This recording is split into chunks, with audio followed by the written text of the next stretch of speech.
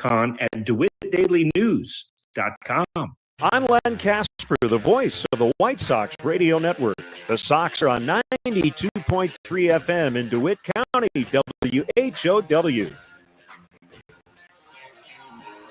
Sponsored by Warner Hospital and Health Services, Baum Chevrolet Buick, the Clinton Sports Boosters, and the Clinton County YMCA, all in Clinton.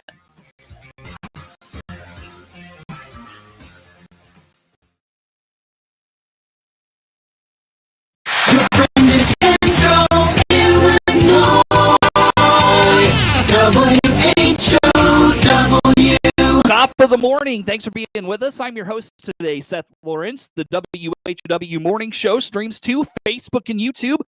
Brought to you by Peterson Insurance, your Pekin Insurance agent in Clinton. My guest in studio today, Dr. Michael Tresnak, Superintendent of DeLand-Weldon Schools. Good morning, Dr. Tresnak. Good to see you, sir. How was your summer? It was a great summer. Went way too fast. Way It was too a great fast. summer. Wish it wasn't as hot as it was because I didn't get out on the lake fishing, but hey, got some work done. You like around to the house. fish? Yeah, I do. I have a boat, but I tell you, I didn't want to sit out there and cook. No.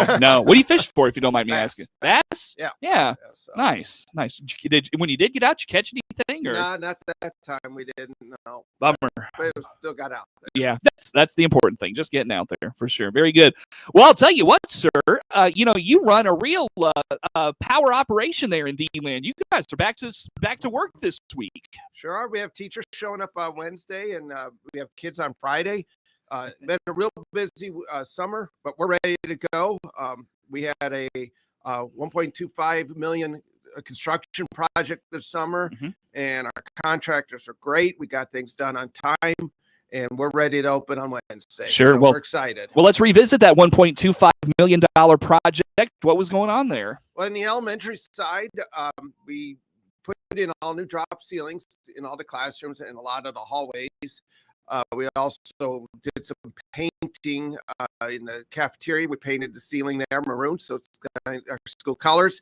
And then we also painted one of the hallways, but then we updated all the lighting in the building. We had tons of fluorescent lighting. It's now LED, so we should be seeing some energy.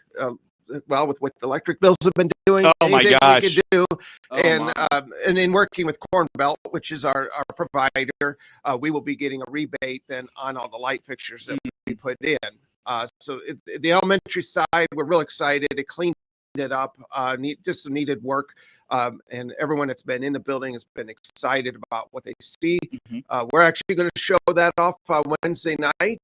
We're having from 4 to 6 where kids drop off their supplies, and we're inviting parents and everyone come on in, walk around, take a look at what we've done. We're excited. We're just impressed with what's there, and we're proud of the facility. On the high school side, as you know, last year we renovated a lot of the high school with the new ceilings and that, but we had left 2 rooms undone, and that was the family consumer science area and the ag area. We knew that we wanted to do something there, but last summer wasn't the time.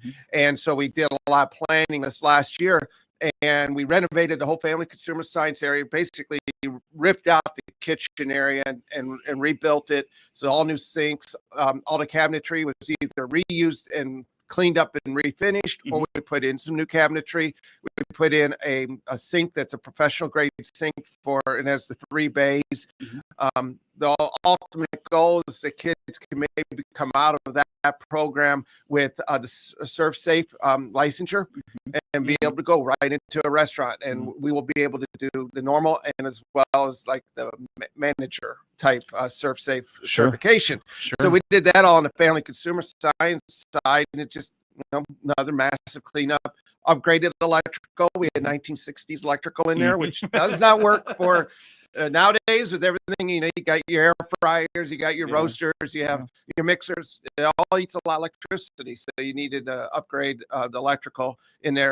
Upgraded the vents and everything. So it really was a great update, and we think our kids are going to have a great experience. And then on the ag side, we renovated that space, put a wall in, created kind of more of a classroom space, and then a lab space We put in 4 bays for welding.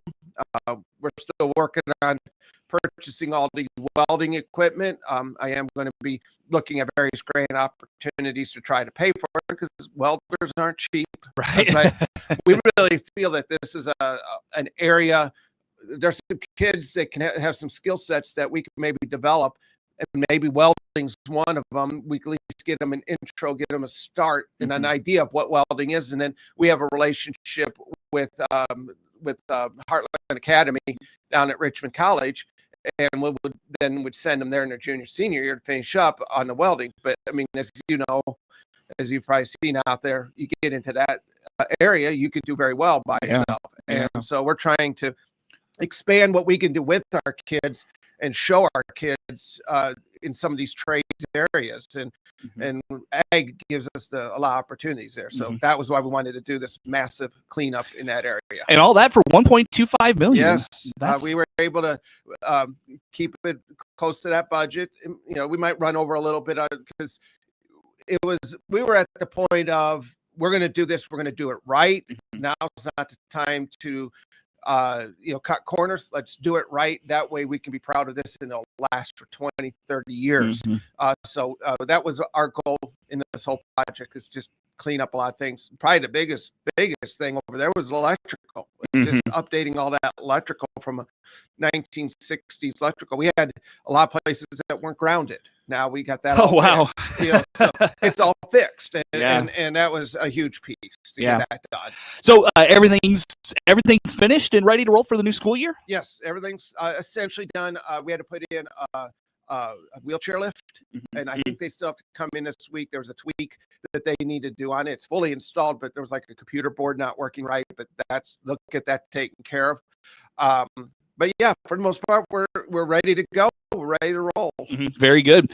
New school year gets underway here this week for DeLand-Weldon Schools. Superintendent Dr. Michael Tresnak in studio with us. So with all that work, Dr. Tresnak, I guess what is I know you've got the revenue from the wind farms soon to come in.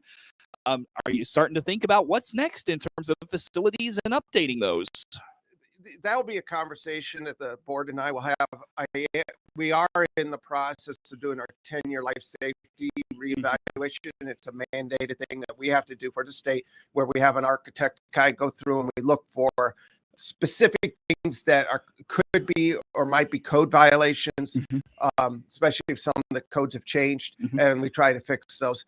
Now, the state comes in and funds that architect and funds those projects, right? No, we pay for all of that. Really? Yeah, so we can fund it under health life safety, but that's another levy, and we could tax for that. It allows us, but no, the state does not, unless I'm in the state, which we've done the last 2 years for the projects we've been doing. But I'm not seeing anything major in the long term, maybe fixing some doors, fixing some things like that. I see. But the projects at the level we've done the last 2 or 3 years, I hope we're a place that we might not have to do that. You gotta love taxing your residents for those state mandates, right? Well, I mean, I know it's the nature of the beast. I'm just saying. It is. Yeah, it's just and that's something we're going to look at down the line, is what can we do to help our taxpayers with the wind farm money coming in?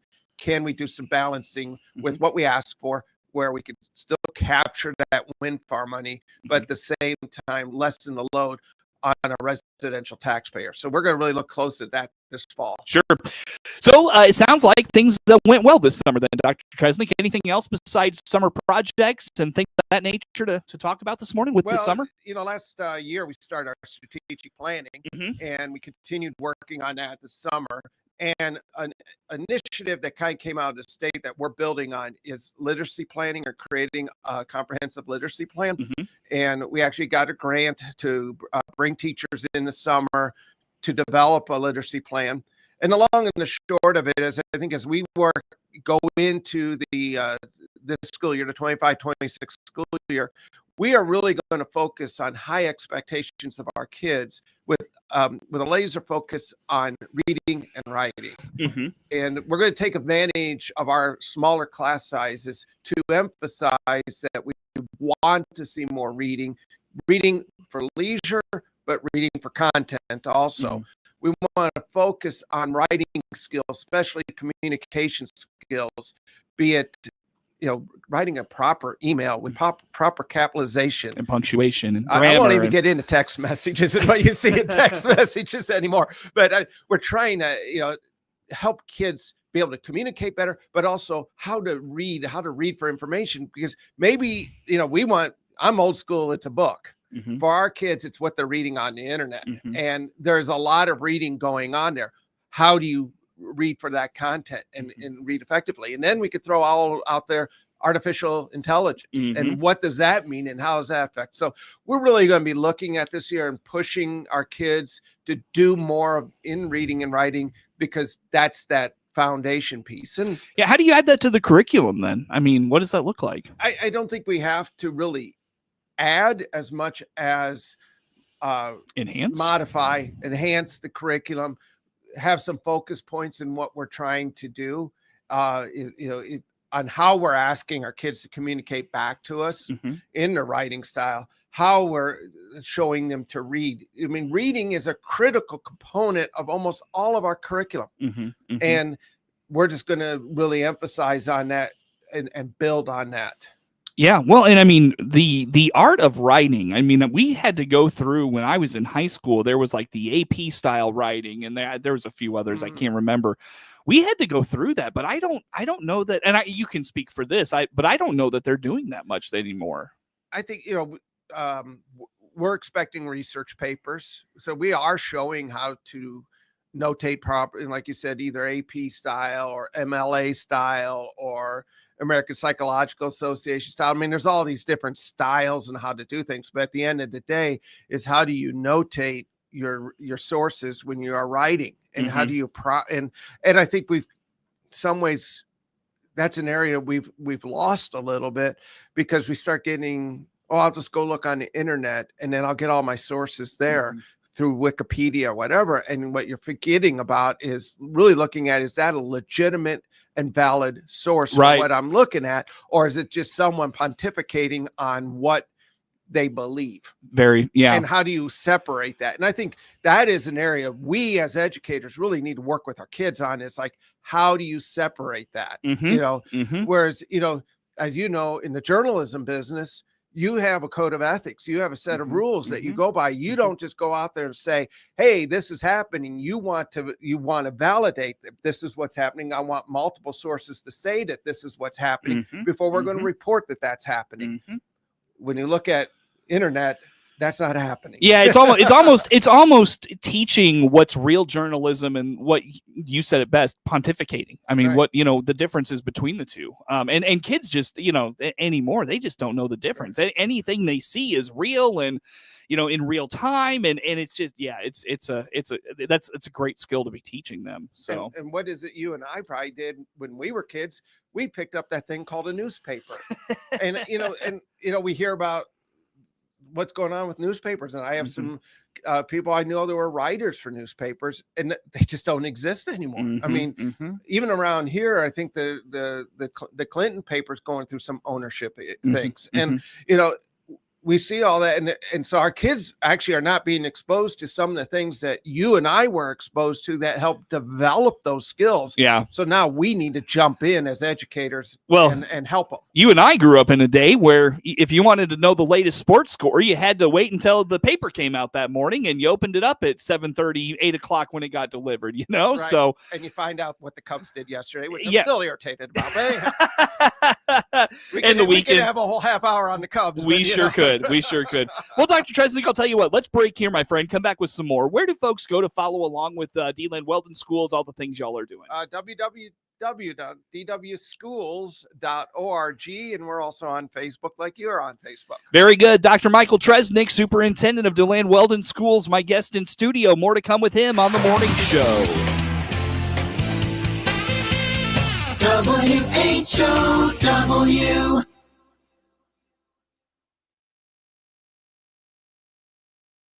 Shane Steinberg here from Highway 51 Exchange, your equipment rental headquarters, south of Clinton on US 51. Check our banner ad on DeWittDailyNews.com to book online today and pick up tomorrow. Highway 51 Exchange. Longview Community Bank is now open in Clinton, investing in rural Illinois. I'm Vice President Nate Sams. Stop by for a visit or to find out how we provide real local banking. Click our banner ad at the top of the local news page on DeWittDailyNews.com. 4-H means a year of fun and work, culminated with displaying their exhibits and animals at this year's fairs. DeLand Farmers Grain Cooperative in DeLand wants to thank the area 4-Hers for bringing their exhibits and activities to be judged in this year's fair. You've made all of us in the area proud of your accomplishments. A tip of the hat to our 4-Hers from everyone at DeLand Farmers Grain Cooperative in DeLand. Visit their website at DeLandFarmersGrain.com for more information. Unloading and seeing heavy dust clouds? Chances are grain-damaging insects have eaten away at your grain and your bottom line.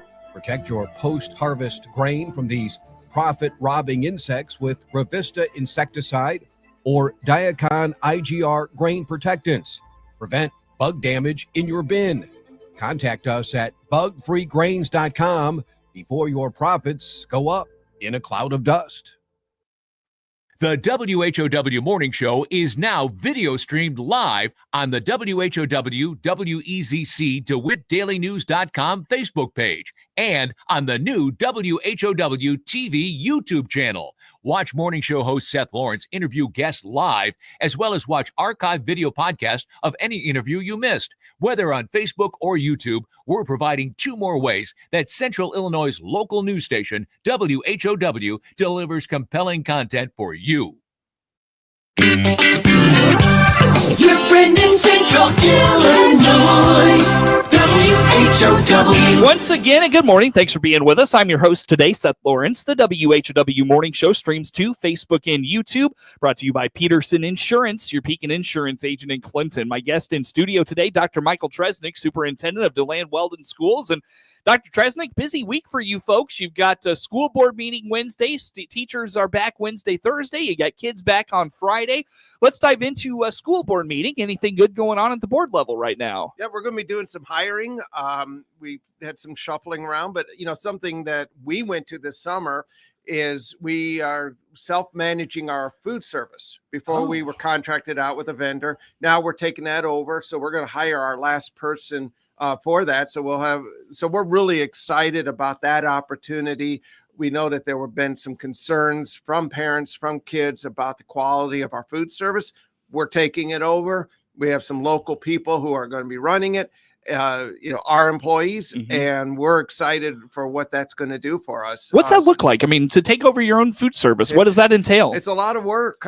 We got lucky. We had a person in the community who had some background in management you have to understand paperwork because we are community eligible. So we pay all our lunches and breakfasts are paid for from the USDA. We have to supplement it some, but we don't charge anything. Okay. And to manage that, there's a lot of paperwork because it's government, and we have to be very careful on our menus. We have to be careful on our productions and all that. So you have to have a person who can manage all that, and we have found that person, and we're excited about that. How do you source your food then? Different vendors, be it a Gordon Food Service, for instance, is one we're working with. Obviously, Prairie Farm, who has the kind of milk contracts for this area. So we start sourcing that way. Does that save you money? We'll see. We'll see. It's I think the more we serve, the more we can save. Okay. Is what I'm hoping, but we're hoping just a better quality of food. Was that what prompted this? Was just quality? I think there was some concerns with quality, and so we're going to try our best to fix some of that. Okay. Interesting stuff. So taking over your own food service for this school year. Haven't heard of such a thing. Most places just contract that out. So Clinton does their own food service, and so does Blue Ridge. Oh, do they? Okay. Well, never mind. I thought most places contracted that out. Very good. So I actually had reached out to Clinton, and they were very helpful in giving me some information. As we were moving forward. So gotcha. I do appreciate, and that's a nice thing. The local network of superintendents we do try to work together on a lot of these things. Sure. Very good.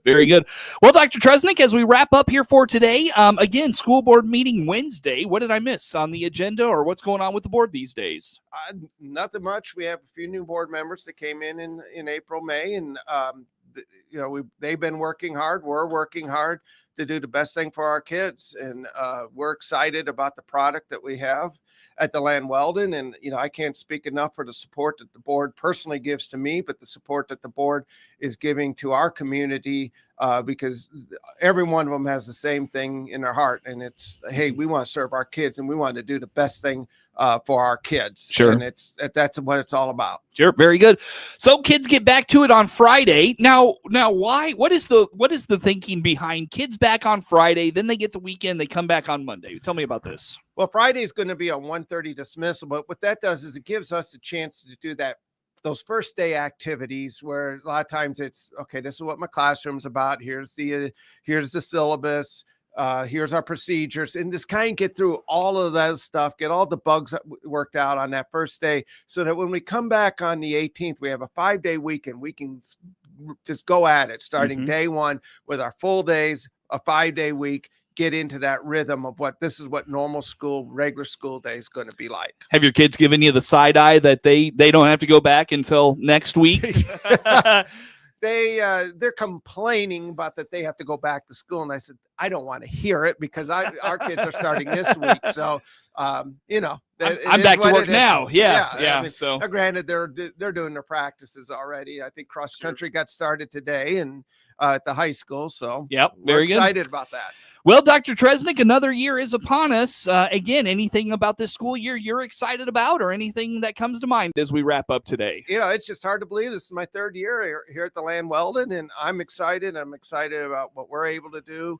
I'm looking forward to people seeing all the construction we did and where we're at. So you feel like you're in a groove now, being in your third year and all that? Knock on wood. I don't want to jinx myself. Sure. But sure. No, I'm feeling good. I greatly appreciate you letting us come over here and talk about our program and what we're doing, because I think sometimes we're kind of out there in the middle of nowhere, and people forget DeLand-Weldon exists, but we truly do exist. Yep.